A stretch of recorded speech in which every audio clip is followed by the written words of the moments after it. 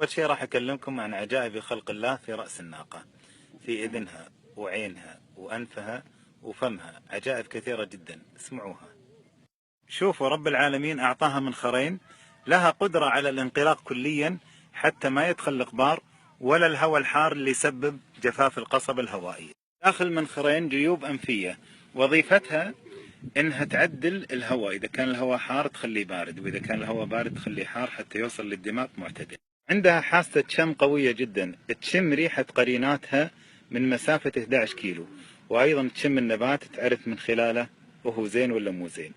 ملوا في عيونها سبحان الله. شوفوا أهدابها كثيفة ومتداخلة. ليش؟ حتى تمنع الغبار أنه يدخل، مثل الفخ. سبحان الله العظيم. لها جفون شفافة، سبحان الله العظيم، إذا ثار الغبار تسكر عيونها وتشوف من خلال طبقة خفيفة، تشوف الضوء وهي مسكر عيونها. شوفوا فم الناقة، لها شفتان، اللي فوق مثقوبة مشقوقة. ليش؟ السبب واحد، حتى تتمكن من أكل الأعشاب الشوكية. معلومة مهمة، إنها ما تتنفس من فمها. تدرون ليش؟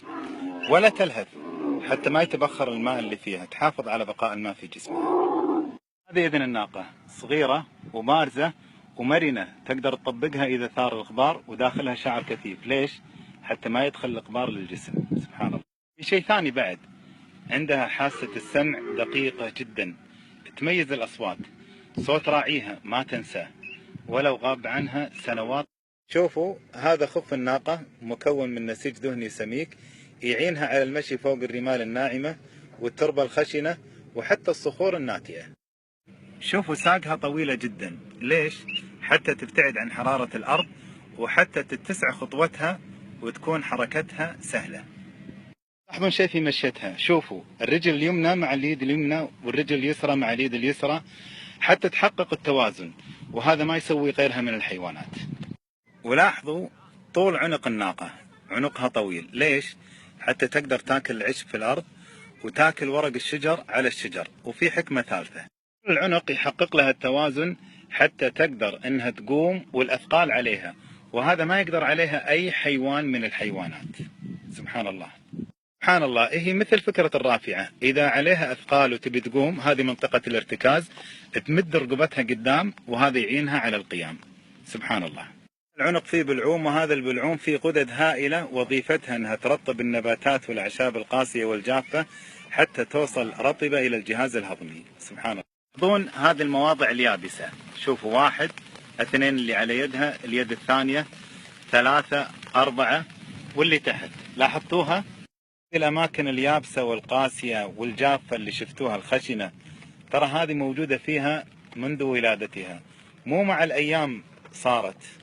رب العالمين خلق هذه الأماكن الجافة واليابسة حتى الناقة إذا بركت ما تتأذى من حرارة الأرض ولا من قسوتها وخشونتها. اللي تشوفونه تحت الناقة تعتمد عليه، إذا بركت كل الجسم، كل ثقل الناقة يكون عليه، ويكون في مسافة بين جسمها وبين الأرض للتهوية. هذا اللي تشوفونه ذيل الناقة، شوفوا الشعر اللي في أسفله، إذا تأذت من الرمال أو الحشرات أو غيرها تحركه بهذا الشعر. هذا اللي تشوفونه وهو وبر الناقة، شنو فايدته؟ فايدته إنه في الشتاء يدفيها، وفي الصيف يحمي جلدها من أشعة الشمس.